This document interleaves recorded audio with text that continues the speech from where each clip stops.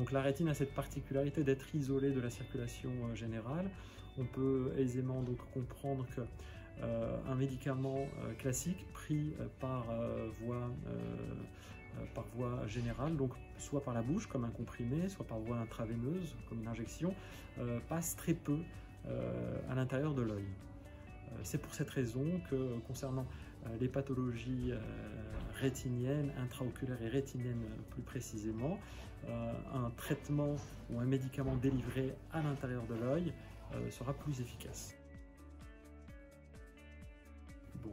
Donc les injections intravitréennes ou IVT sont réalisées dans le cadre de plusieurs pathologies intraoculaires, parmi lesquelles la DMLA, dégénérescence maculaire liée à l'âge, dans sa forme humide, le terme scientifique c'est exsudative.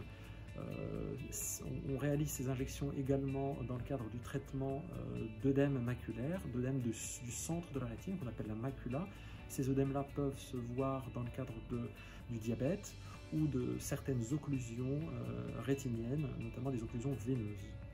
On peut également traiter par injection intravitréenne certaines pathologies inflammatoires de l'œil, notamment de la choroïde et de la rétine. Et on peut aussi traiter par injection intravitréenne certaines infections intraoculaires, notamment des infections post-opératoires. Et enfin, on traite dans des cas plus rares par injection intravitréenne des complications chez le myope fort ou après une pathologie inflammatoire. Donc le traitement par injection intravitréenne débute toujours par une phase d'induction. Durant cette phase, nous réalisons des injections mensuelles au nombre de 3 voire 5 injections intravitréennes. Ensuite, le traitement est adapté en fonction de la pathologie et du profil du patient et de la réponse du patient au traitement réalisé. Alors après une injection intravitréenne, il est assez commun d'avoir une rougeur oculaire, d'avoir un léger voile visuel durant les minutes et les premières heures qui suivent l'injection. On peut également avoir la perception de voir des corps flottants devant l'œil injecté.